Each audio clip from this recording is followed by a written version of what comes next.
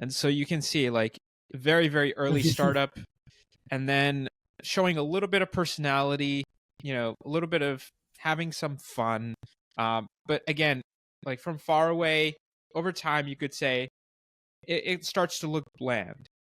Right. And then SeatGeek goes to this smaller studio, what I think they call themselves like a petite design studio, based in California. They're called Chutzpah. So SeatGeek reaches out to them, and this is the project that is delivered. SeatGeek was one of my choices, and SeatGeek for me is an app that you go to buy tickets for events, sports events, music events, whatever it is. For me, I loved this rebrand when I first saw it. The original SeatGeek was kind of, it looked like what you would expect from maybe a ticketing software. And I'll show you like the original logo of it. And so you can see like very, very early startup, and then showing a little bit of personality, a little bit of having some fun. But again, like from far away, over time, you could say it starts to look bland. Right. And then SeatGeek goes to this smaller studio, what I think they call themselves like a petite design studio, based in California. They're called Chutzpah. So SeatGeek reaches out to them, and this is the project that is delivered. So the main logo is basically a word mark with this, I don't know if you want to call it a peachy orange background, Right. but Almost. that becomes like the main hero color of this project. So again, it was a logo redesign, custom typeface developed for them, circa 2021, if you wanted to put a date on it. Again, so the goal of the rebrand, to breathe the life of live events back into the brand, differentiating from the tech sleek competitors, right? So that's something you do see. It looks like a very tech-based company in those beginning stages when it had that logo. And when you move it to that next evolution, this is where they're starting to own a personality of their own. And that's something that was important that Chutzpah helped them brought out. So let's go over like the actual pieces. So you have a stacked version of the word mark that is used in the icon. You have the horizontal word mark. And again, like in both situations, there's different treatments. It's not like they just took the top and bottom and then just placed them together. This has a different treatment to it when it's sort of an inline logo. They've handled the Again, contrast really well with the of course, kind of dark background, you can say almost. Yeah. Black text on it still looks good. Yeah, absolutely. Another thing I noticed is the brand strategy is not done by them. So it's done by Mother Design. So that's interesting because then we'll be just talking about the design and respecting that and appreciating that. Correct. Absolutely. Yeah, that's a good catch. So I like how that they have given credits to those. Right. It's a nice touch. Yeah, it's an interesting thing, I think. That's like, okay, you're a design studio. Maybe you should also be responsible for design strategy, for brand strategy, and all of that. But it's not entirely necessary, right? True.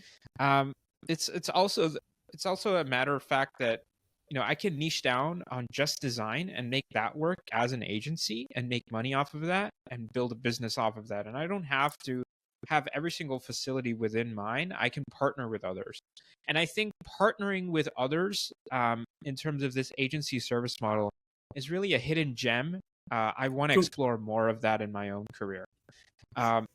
So it's like also you said, kind of taken for granted in the branding space that if you're a brand designer, you will do the strategy and the entirety of the deliverables, animations, 3D, everything yourself, which is, funnily enough, it's not the case in UI, in the web side of things. There's a front-end developer, there's a UX researcher, there's a UX designer, then there's a UI designer. So it's pretty clear that different people have different capabilities. And there's just UI-focused studios who do just the UI. And so this is a great example of that. Correct. I totally agree with that. And then we have a lot of great mock-ups. I don't know how... I don't know how they did this. Maybe they photoshopped into a real image, right? Or maybe this is a capture of after the Right. brand This has is been launched, which would after be the implementation. easier to do. Right. But if they were to show us actual slideshows from when they presented this to SeatGeek, we could see some of those original mock-ups. But this is another great piece of their whole project.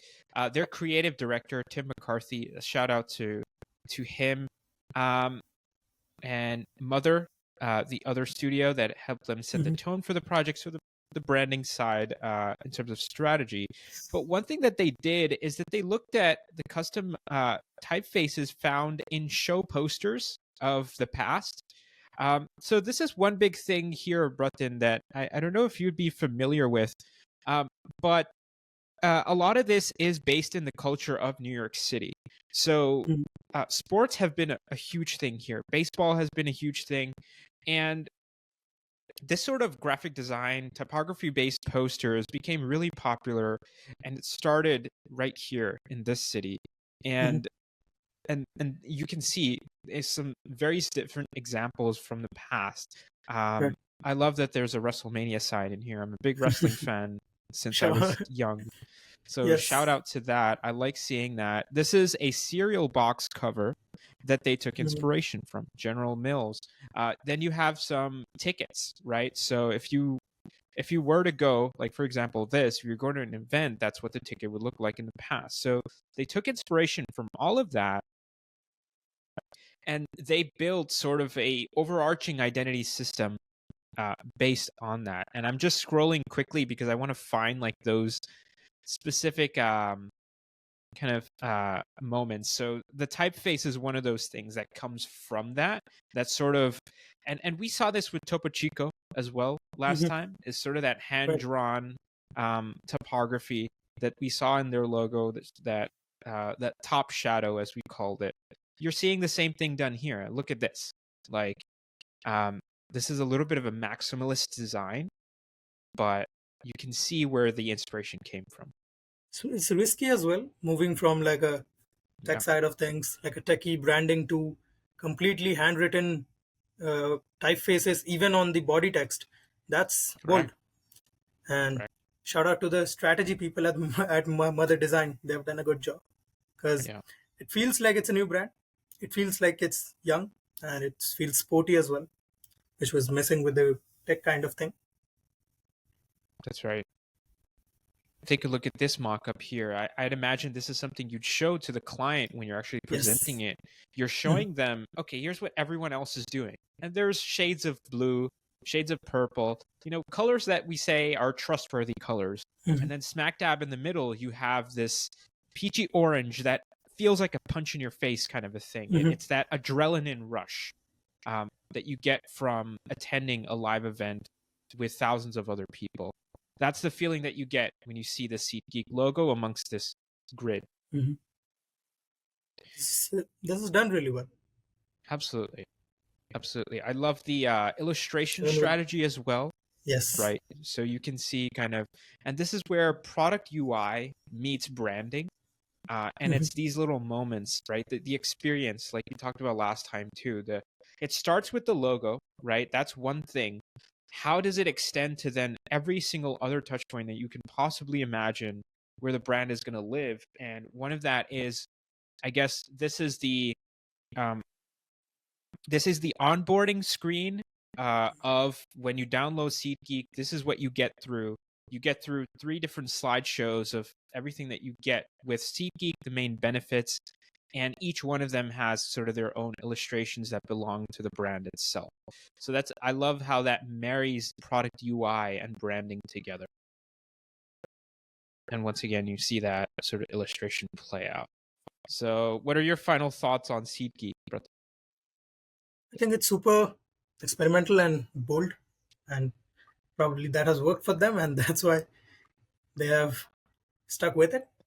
But even from like a not distracted, even from a distant lens, if you have to talk about this, the implementation is really nice. Yes, absolutely. And I think if they wanted to accomplish that idea of not just looking like another tech company as a ticketing software, and actually look as a brand with personality and character to it. I think they were able to accomplish that. So kudos to them for doing that. Where do we want to head to next, Bratin? Can we look at the Chutzpah website once? Yes, absolutely. So let's take a look at Chutzpah. They've done really well with their website. This is a little different from what it was a few months ago, but they keep changing and iterating. So from just first view, I'm seeing like it's like a video game dashboard. Like I'm seeing all of the items that I might need in one view, right? So you have your social links over here. You have your main navigation. You have this interesting left side, which I don't know exactly what it does yet. Maybe it's a static thing. And then on four corners, you have this sort of crosshairs aesthetic, and in the middle, obviously. So this is really fun. It's kind of like a frame. Yeah, absolutely. It's like a frame of like a camera. And look at this, like when it scrolls through a project, it picks the main color from it and turns the background into that. The logo also changes. Nice. Yes.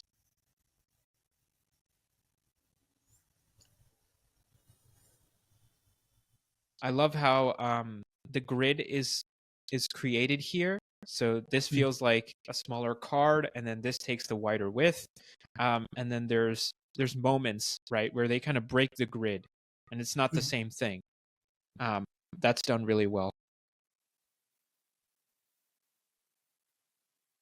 I mean, they've worked with... they have creative partners.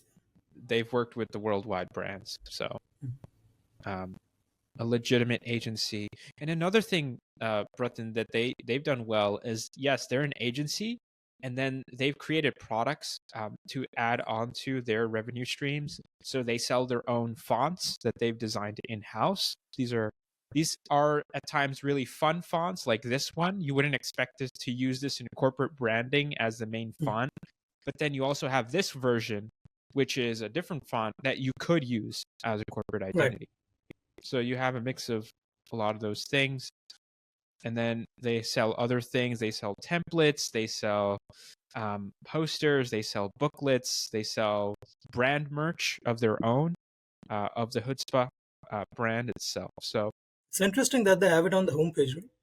Instead of like a shop page or something. Oh, yeah. So they're going for it. That, yes, we can help you guys as well, and you guys as well.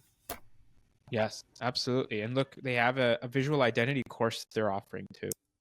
So this reminds me a lot of what the Future has done. Is they were a branding agency, they turned into an educational company, and so you're seeing a little bit of that. They're expanding their horizons.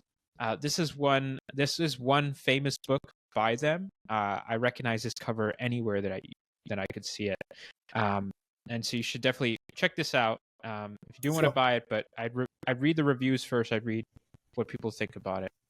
And look at this, like, okay, now you reach the bottom, ready to start a project, contact us, and thanks for stopping by. And just like this feels like a homepage, cool illustration, like a hero section. Yes, absolutely. And this is their footer. I love how the illustration includes some California imagery, because they are a California-based brand, an agency. So altogether, really done well. Good. I love how the logo is a purely signature-based logo. It's a word mark. It looks beautiful. I could imagine this on a T-shirt, on a baseball cap, and I would love to wear that in public. So, okay. So that's the Chutzpah page.